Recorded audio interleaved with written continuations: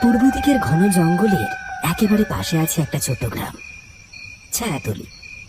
গ্রামটা খুব চুপচাপ, আর গ্রামের এক কোণে আছে একটা পুরনো কবরঘাট। জায়গাটা এখন প্রায় ভুলে গেছে সবাই। ঘাসের জঙ্গলে ঢেকে গেছে পুরনো কবরগুলো। অনেক বছর হলো কেউ সেখানে যায় না। অনেক আগেই এই কবরঘাটে দাফন করা হতো। জঙ্গলের ভেতর থেকে পাওয়া যেত অচেনা, নাম না জানা মৃতদেহ। তারা কারা ছিল, কোথা থেকে এসেছিল, কেউ জানে না।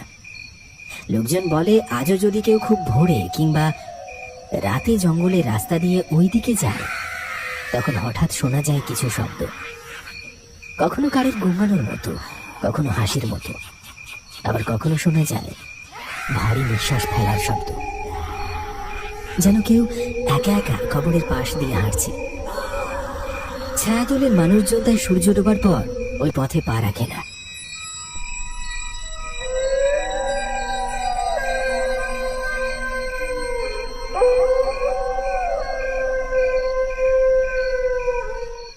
তোরা তখন অনেক ছোট। ওই কবর ঘাটের নাম মুখে আনলেও বুক ঠান্ডা হয়ে আসে আমার। ওইখানে একসময় এমন কিছু ঘটেছিল যেটা শুধু ভয় নয়, একটা অভিশাপ হয়ে ছায়াতলি জুড়ে ছড়িয়ে গেছে। কিরকম কাকা? ভূতের গল্প নাকি? ভূত না রে, ভূত হলে কথা ছিল। ওটা একটা ভয়ঙ্কর অভিশাপ, যে অভিশাপ এখনো নিশুতি রাতে কবর ঘাটের ভেতর থেকে হাহাকার হয়ে বেরোয়। কেউ কাঁদে, কেউ হাসে, কেউ কারো নাম ধরে ডাকে। মানে এখন কেউ যায় না ওইদিকে? যায়, তবে সাহসীদের মতোই যায়। কিন্তু যারা যায় তারা আর আগের মতো থাকে না। কেউ ফিরেই আসে না, আর যারা ফিরে তারা পাগল হয়ে যায়, না হলে বোবা হয়ে যায়। ঘরের সামনের উঠোনে সবাই গোল হয়ে বসে গল্প শুনছিল। মাদুর পাতা হয়েছে মাটির উপর। কুয়াশা ভেজা হাওয়ায় চারপাশে একটা অদ্ভুত নিস্তব্ধতা। বংশী কাকার গলায় ভয়ের গল্প শুনে কারোর মুখে কথা নেই।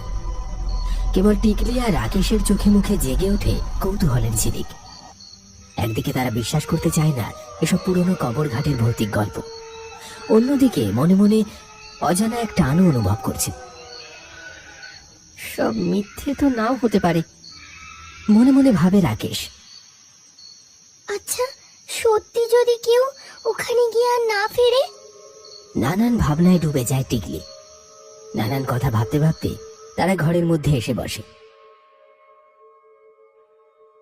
রাকেশ, তুই কি সত্যি বিশ্বাস করলি কাকার ওইসব কথা? বিশ্বাস ঠিক করতে পারছি না, তবে কাকার চোখের ভাষা দেখেছিস? মিথ্যে হলে এমন কাঁপা কাঁপা গলায় বলতো। তা ঠিক, কিন্তু ভূত যদি থেকেও থাকে, ওরা কি দিনের বেলাতেও বেরোয়? আমরা যদি কাল দুপুরে যাই, তখন তো রোদ থাকবে, আলো থাকবে, তখন তো কিছু ঘটার কথা না। হ্যাঁ, দিনে গেলে ভয় কম লাগবে। শুধু একটু ঘুরে দেখব কবর ঘাটটা এখন কেমন দেখায়। সত্যি কি কোনো কিছু আছে নাকি সব মিথ্যা? আর যদি সত্যি কিছু দেখি, তাহলে বুঝতে পারবো যা শুনেছি তা সবটাই গল্প নয়। আর যদি কিছু নাই দেখি? তাহলে অন্তত মন থেকে সেই ভয়টা চলে যাবে। তারা দুজনে সিদ্ধান্ত নেয় পরদিন দুপুরে রোদের আলো থাকতে থাকতে একবার ঘুরে আসবে সেই পুরনো কবর ঘাটের দিকে। দেখবে, খুঁজবে এতকাল যেটা শুধু গল্পে শুনেছে সেটা সত্যি কিনা। রাত গভীর হয়েছে। গল্প শেষ করে সবাই যে যার ঘরে চলে গেছে। আকাশে মেঘ, মাঝে মাঝে হালকা ঠান্ডা হাওয়া বইছে। টিকলি নিজের ঘরে শুয়ে পড়েছে চুপচাপ, জানালার বাইরে তাকিয়ে আছে। ওই পুরনো কবরস্থানে সত্যি কি কিছু আছে ওখানে, নাকি কাকা আমাদের ভয় দেখাতে গল্প বলেছিল? না, কাল দুপুরে আমি নিজেই দেখে আসব, তাহলে সত্যিটা বেরিয়ে আসবে। অন্যদিকে রাকেশ নিজের ঘরে কাঁথা গায়ে শুয়ে আছে, ছাদের দিকে তাকিয়ে। ওই কবরস্থানে কেউ গেলে আর আগের মতো ফেরে না, কথাটা মাথা থেকে সরছে না। তবু কেন যেন একটা টান লাগছে, কাল দুপুরে যেতেই হবে। টিকলিকে নিয়ে যাব, একা যাওয়া ঠিক হবে না। রাত নীরব হয়ে আসে, শুধু ঘড়ির টিকটিক শব্দ। দূরে কোথাও পেঁচা ডাকছে, দুজনেই শুয়ে পড়েছে ঠিকই, কিন্তু তাদের চোখে ঘুম নেই। একটা অদৃশ্য হাত যেন টানছে তাদের।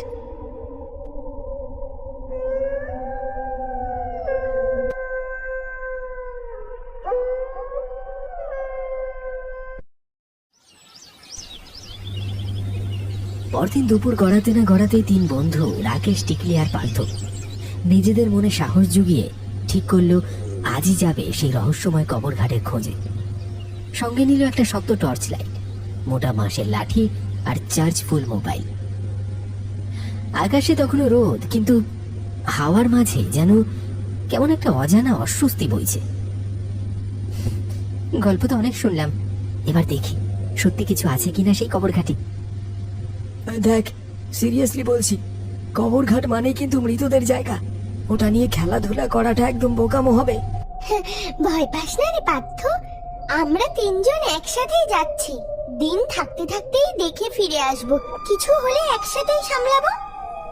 তারা তিনজন রওনা দিল সূর্য ডোবার একটু আগে। ছায়াতলি গ্রামের পশ্চিম দিকটা, যেটা দিনের বেলাতেও যেন অন্ধকারে ঢাকা। ওখানে গাছগুলো এত ঘন, এত পুরনো, যেন শত বছর ধরে কেউ আলোর মুখ দেখেনি। চারপাশে এক অজানা নীরবতা, শুধু শুকনো পাতায় পায়ের আওয়াজ, আর মাঝে মাঝে হাওয়ায় দুলে ওঠা বাঁশ বনের শব্দ। একটা দুটো অজানা পাখির ডাক দূর থেকে ভেসে আসছে, ঠিক যেন কেউ বা কিছু খেয়াল রাখছে ওদের দিকে। তাদের ছায়া ধীরে ধীরে দীর্ঘ হতে হতে গাছেদের মধ্যে হারিয়ে গেল। আলো কমে আসছে, আর অন্ধকার যেন গিলে ফেলছে চারপাশটা। ওরা জানতো না সেই পুরনো কবর ঘাটে শুধু পুরনো ইতিহাস নেই, ওখানে কিছু ভয় এখনো জেগে আছে।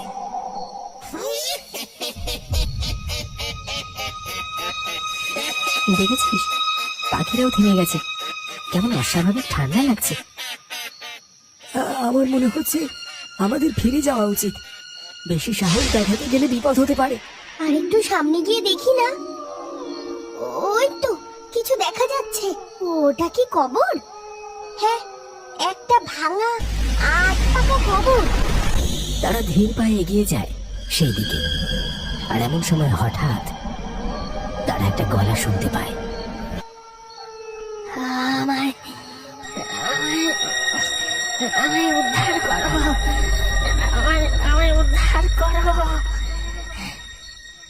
কে কে ওখানে?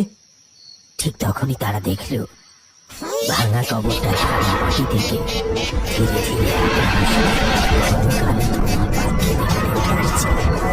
ধোঁয়াটা কোনো হাত পা নেই, মুখ নেই, শুধু দুটো জল জলে চোখ তাকিয়ে আছে ঠিক ওদের দিকেই। ধোঁয়াটা ধীরে ধীরে পাখি থেকে ভেসে আসছে তাদের দিকে। ওইটা সেই ভূত। ও আমাদের সবাইকে মেরে ফেলবে। পালা পালা সবাই পালা। টিকলি, ওটা আমাদের দিকে আসছে, দৌড় দে, এবার না পালালে শেষ হয়ে যাবো রে আমরা। পার্থ, রাকেশ আর টিকলি পেছনে না তাকিয়ে দৌড়তে লাগলো, আর পেছনে সেই কালো ধোঁয়া যেন নিঃশ্বাস ফেলতে ফেলতে তাড়া করে চলেছে ওদের। চারপাশে কেবল নিস্তব্ধতা আর বুক ধরফর করা একটা থমথমে ভয়। কেউ থামবি না, কেউ থামবি না। সবাই সবাই প্রাণপণে ছুট, নালেই মরবো আমরা। সবাই প্রাণপণে ছুটে পালাচ্ছে। পিছনে ছুটে আসছে টিকলি, আর হঠাৎ টিকলি পিছলে পড়ে গেল চিৎকার করে।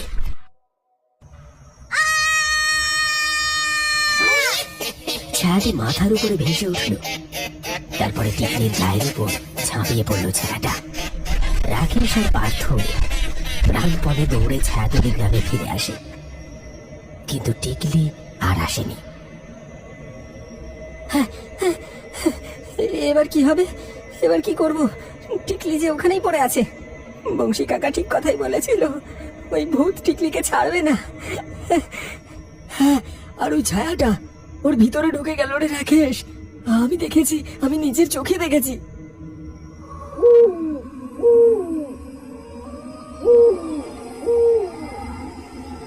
সেই রাতেই গ্রামের লোকজন টর্চ আর লাঠি নিয়ে দল বেঁধে গেল কবরঘাটের দিকে। সবাই টিকলিকে খুঁজতে লাগলো। অবশেষে অনেক খোঁজাখুঁজির পর তাকে পাওয়া গেল। জঙ্গলের গভীরে একটা পুরনো শুকনো নিম গাছের ডালে বসে আছে সে, নিঃশব্দে।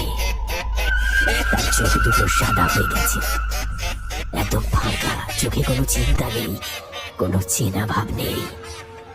সে যেন আর টিকলি নেই, কেউ বা কিছু হয়ে গেছে।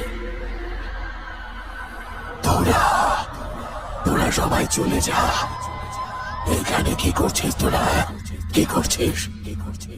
আমি ওকে আনিনি, ওই এসেছিল আমার কাছে।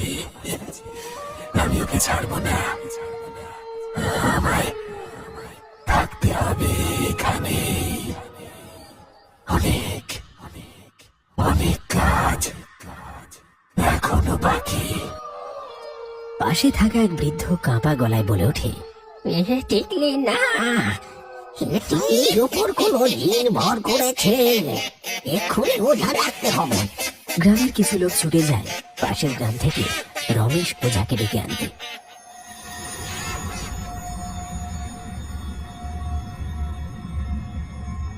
তোরা কি ভেবেছিস তোরা আমায় আবার বন্দি করবে? অত সহজ নয়। তোরা এখান থেকে চলে যা বলছি, নয়তো এই মেয়েকে আমি মেরে ফেলবো। চুপ কর, এটা তোর শরীর নয়, আমি তোকে বন্দি করতে আসিনি, তোকে মুক্তি দিতে এসেছি।